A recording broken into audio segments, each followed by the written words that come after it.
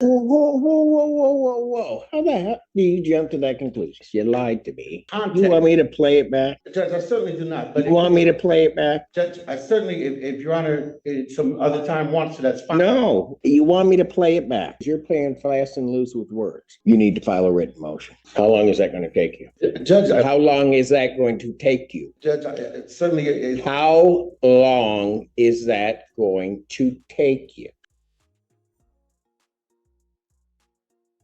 You're wasting my time. This defense attorney entered Judge Simpson's courtroom with an air of confidence, as if he were about to single-handedly rewrite established legal precedent, and he is attempting to argue that the judge should be disqualified from the case on the grounds that he was the one who originally signed the search warrant that produced the evidence. Despite the fact that such a practice is entirely lawful and well understood by every competent attorney, which makes his entire position come across as desperate and more like a tactic to stall or confuse the proceedings rather than a legitimate legal challenge.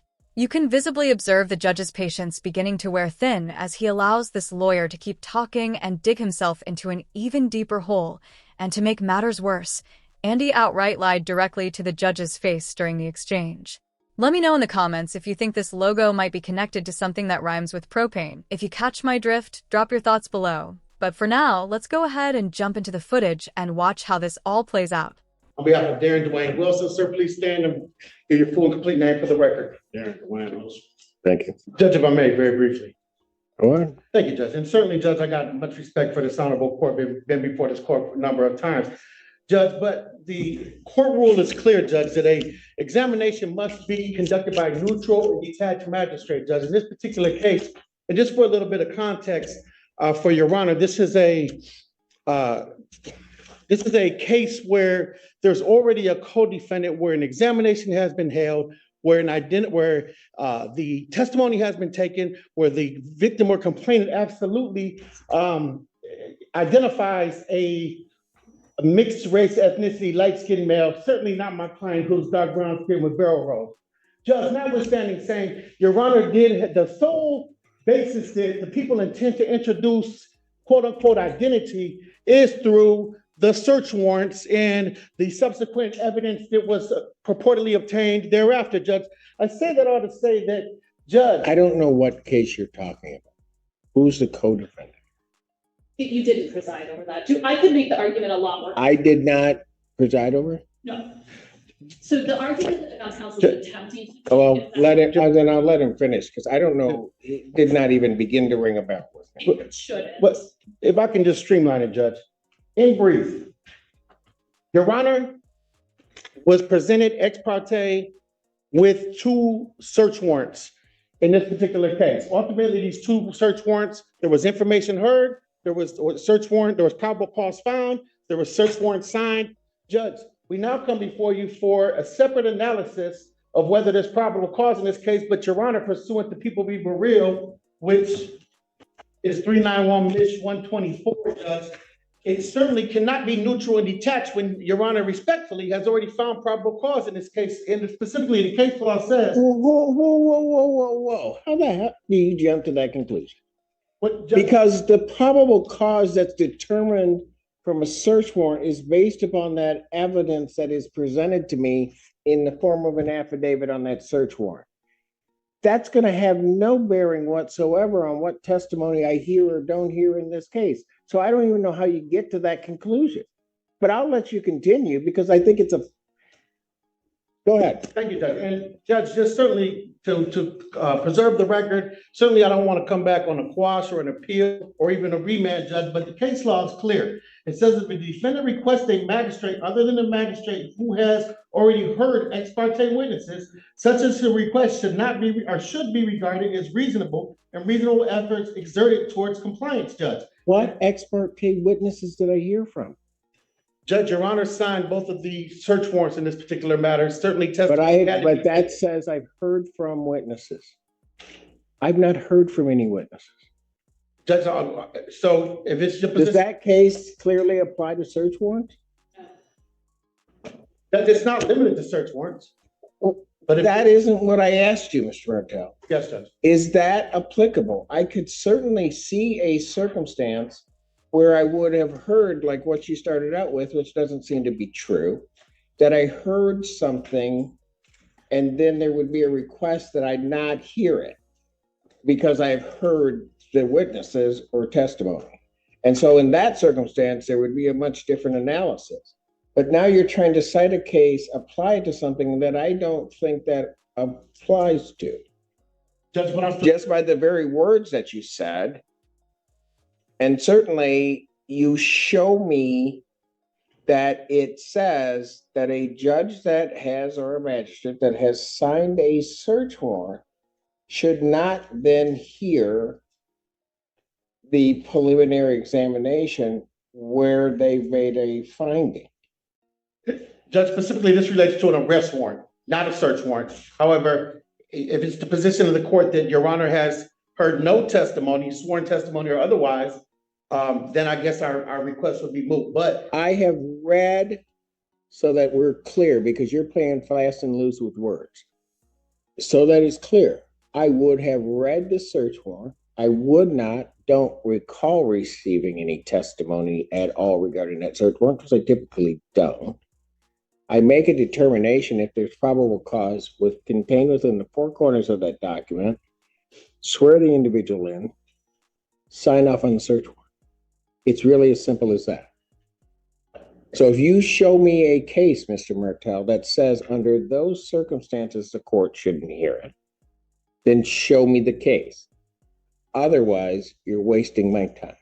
So now this attorney is genuinely attempting to argue that Judge Simpson is biased solely because he signed the original search warrant earlier in the case, claiming that since the judge already found probable cause once, he cannot possibly remain neutral now, but the judge immediately shuts that down by pointing out that he did not hear any witnesses or make any substantive rulings. He simply reviewed the affidavit and approved the warrant, which is exactly how the warrant process works and is a standard part of the procedure.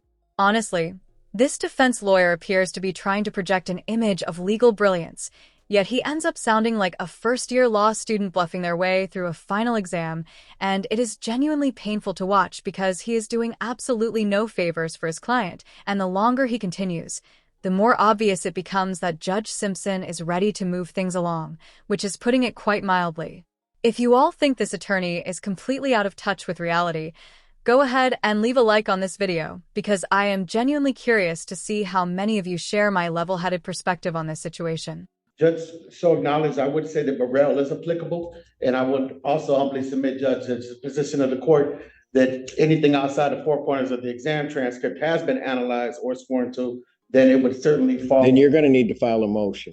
So I can, if it doesn't bear out, I can find it frivolous and I'm going to adjourn this and then I can sanction. You need to file a written motion. How long is that going to take you? Judge, How long is that going to take you? Judge, certainly. How long is that going to take you?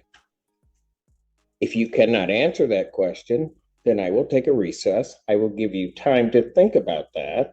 And then I will come back and I need your time frame for how soon you can file the motion. In fact, why don't we just do that? We're prepared to proceed. Why don't we just do that?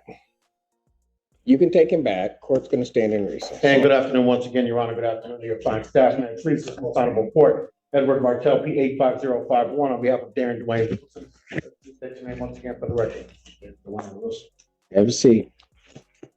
So, Mr. Martel, I'm a bit concerned. I just take what people give me. But I'm just going to say this. You lied to me at the very beginning of your argument. I went back, had my staff go back. You said that I held a preliminary examination on the co-defendant. I couldn't recall it, but it's not true. That was an absolute falsehood and misrepresentation to this court. Ms. Hughes then points that out, but I'm still not sure. On the break, I go back, have my staff look it up, which was some doing, but if the case that you're referring to as a co-defendant is Christopher Harrison, I didn't handle that exam. Judge Barr handled that exam. So your initial argument regarding recusal started with and I hate using the word, but it's true, it started with a lie. Then, Mr. Martel, you continued with your lie regarding the import of the case of People versus Burrell. You cite one portion of it about a magistrate who takes testimony and does that. And that's why I went through exactly what this court does regarding search warrants. And then you cite a portion of that, and I think intentionally skipped over the first part of that paragraph to mislead this court. And I'll tell you what it says. It says, whereas here, an affidavit presented to a magistrate was in conclusory form, which I'm sure those search warrants were, and did not state any of the underlying or operative fact, and no witnesses were examined, which they weren't, we can perceive no prejudice to the accused in having the magistrate who issued the arrest warrant, which is different, preside at a preliminary examination. If I may? If it's not going to be a lie, go for it. Judge, respectfully, No, you lied to me. okay, if I may, Judge, very briefly, I think the record will reflect it. When I cited or spoke about a preliminary examination, I didn't speak directly as to this court having held it, but it having been previously held. I was not present at that particular examination. However, Judge, certainly I would make no false representations as to who held it or who didn't hold it. I think I just provided that for context. You want me to play it back? Judge, I certainly do not. But You want me to play it back? Judge, I certainly, if Your Honor, some other time wants to, that's fine. No, if you're going to sit up here and tell me you didn't lie to me, you want me to play it back? Judge, then I stand corrected, Judge, but I certainly intend to make no misrepresentations of the context. The main argument is what it is. And certainly Your Honor is not barred from presiding over this exam. But again, and I've spoken with my client in the basis of just preserving the record and putting forth this argument, certainly mean no disrespect, harassment, or delay to the people. Judge, we're prepared to proceed. If Your Honor intends to deny, that's fine. Again, we're prepared. I don't know what your motion is, because everything that is presented to me is not it. This individual just keeps doubling down, and the situation is deteriorating with every passing moment, as he is essentially cherry-picking legal terminology that has no actual relevance to the case at hand, and it is painfully obvious that his primary goal is to have the matter transferred to a different courtroom, whether due to some personal grievance with Judge Simpson or some other underlying issue. But from the instant he strode in, his hands were flailing about, and he was pointing at the judge with an unmistakably arrogant attitude, and with each subsequent minute, the tension in that room has been steadily mounting to an almost unbearable level. On a genuine note, I truly feel sorry for the defendant in all of this, because just imagine sitting there and watching your own attorneys single-handedly destroy your case in real time. And what makes it worse is that Judge Simpson could easily hold this lawyer in contempt for the way he is twisting things, especially since he outright lied to the court. And while I've seen plenty of attorneys push the envelope, this guy is outright playing with fire by fabricating claims out of thin air. If you agree that this attorney is shady and likely making things exponentially worse for his own client, let me know in the comments below, but we are not finished yet. So let's go ahead and jump back into the proceedings. Anything else, Mr. Judge, just very Martel? briefly, and I certainly respect this. Because I'm going to tell you that, quite frankly, Mr. Martel,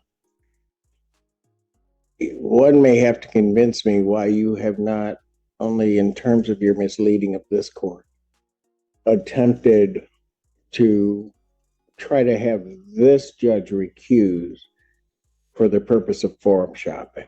Absolutely. Because, I think so. Because originally I had to step into this case, and I can tell you, you probably weren't necessarily real excited about it. But that's the way that the system works here. And so I think you're continuing on with that.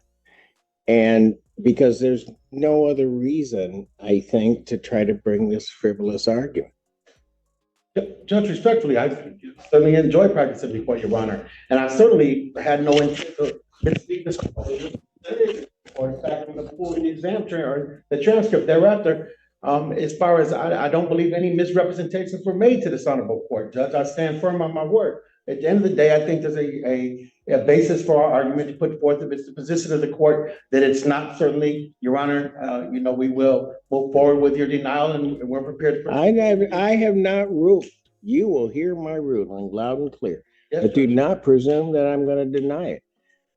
Before I stepped off the bench, I asked, and I think properly so, your motion should be in writing. How long will that take you to do? If you won't answer me, then I will set the time frame. 2 weeks, please, and thank you, Judge. Defendant's motion to recuse would need to be filed by December 10th. Prosecutor will respond by December 20th. I will hear the motion on December 26th. This exam is moved to December 26th, 2024 at 12 noon. Thank you, Judge. This hearing was truly something else, because usually we are accustomed to watching defendants talk themselves into trouble, but in this instance, the defense attorney ended up stealing the spotlight for all the wrong reasons, since he could have simply kept things straightforward and concentrated on the actual evidence. Yet instead, he chose to test the judge's patience, which is never a wise strategy, particularly in Judge Simpson's courtroom. I would not be at all surprised if this lawyer receives some very pointed feedback from his client after this performance, and it is astonishing how frequently attorneys end up being the primary reason their clients lose ground during court proceedings. As I mentioned at the start, something that rhymes with propane seemed to be influencing this attorney, and while I do not want to make any overly bold accusations, it genuinely appeared as though he might have been under the influence of something, so let me know in the comments if you share that impression. As always, I truly appreciate you all watching, so make sure to like and subscribe, and if this video gets enough love, I will definitely put together a follow-up. So thanks again, everyone, and take care.